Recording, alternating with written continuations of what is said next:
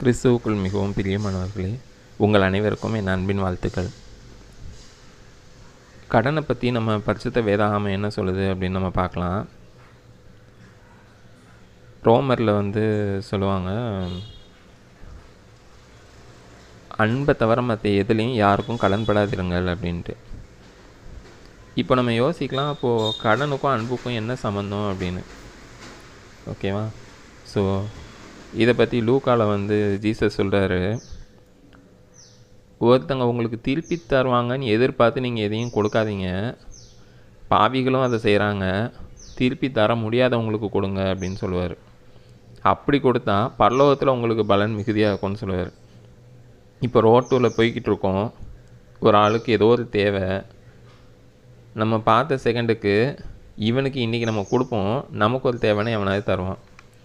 இப்படி யோசித்து நம்ம கொடுக்குறோம் அப்படிங்கிறதுல அன்பு இல்லை. ஓகேவா? அப்படி உள்ள அன்பை நம்ம கொச்சையாக பேசுகிறதுக்கு சமமாகிடும். இது ஒருத்தர் தேவையில் இருக்கிறாரு, பார்த்த செகண்டுக்கு நமக்கு மனசு பதறி, என்ன மாதிரி தேவனுடைய சாயலில் படைக்கப்பட்ட அந்த மனுஷன் இப்படி ஒரு தேவையில் இருக்கானேன்னு சொல்லி பதறிட்டு அந்த அன்பில் கொடுக்குறீங்கன்னு வச்சுக்கோங்களேன், அவர்கிட்ட திருப்பி வாங்க உங்களுக்கு தோணாது. இந்த அன்பை தான் தேவன் நம்மக்கிட்ட எதிர்பார்க்காரு. அவர் நம்ம எல்லாம் பாவின்னு தெரிஞ்சு நமக்காக தன்னுடைய ஒரே பேரான குமாரனை சிலுவையில் ஒப்பு கொடுக்காரு. நம்ம திருப்பி எதையும் தருவோன்னு அவர் எதிர்பார்க்கல. ஏன்னா அவர் எல்லாருக்காகவும் தான் சிலுவையில் தன்னைத்தானே ஒப்பு கொடுக்காரு.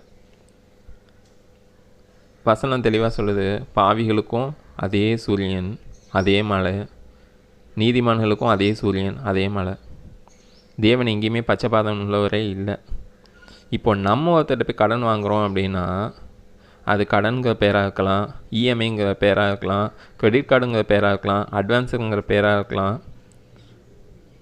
ஒரு தேவைன்னு இன்னொருத்தங்க நம்ம தேவையை உணர்ந்து கொடுக்குறாங்க, நீ இதை வச்சுக்கோப்பா, எனக்கு திருப்பியே தர தேவையில்லைன்னு சொல்லி தராங்க. அந்த எமர்ஜென்சிக்கோ ஒரு எந்த ஒரு அவசரத்துக்கோ ஒரு உதவி பண்ணுறாங்கன்னா, அது பரிசுத்த வேதாகமத்தில் எதுவும் அதை குறித்து பிரச்சனை இல்லை. உங்களுக்கு திரும்ப உங்களுக்கு அமௌண்ட் கிடைக்குதுன்னா நீங்கள் இதேமாதிரி தேவை உள்ளவங்களுக்கு கொடுங்க, இல்லை நீங்கள் திருப்பி கொடுக்கணுன்னா கொடுத்துக்கோங்க, அது உங்கள் இஷ்டம்.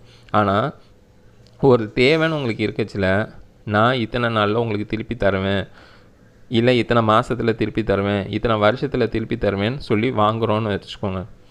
இப்போது வாங்கின அந்த நேரத்தில் இல்லை கொஞ்சம் அந்த நம்ம கொடுக்கறதுக்கு முன்னாடி ஜீசஸோட என்னென்ன வருகை வந்துச்சுன்னா நம்ம எடுத்துக்கொள்கிறதுக்கு வாய்ப்பே கிடையாது. ஏன் அப்படின்னா, அப்படி ஒரு வேளை எடுத்துக்கிட்டாருன்னா நம்ம கொடுத்த வாக்கை மீறினதாகிடும்.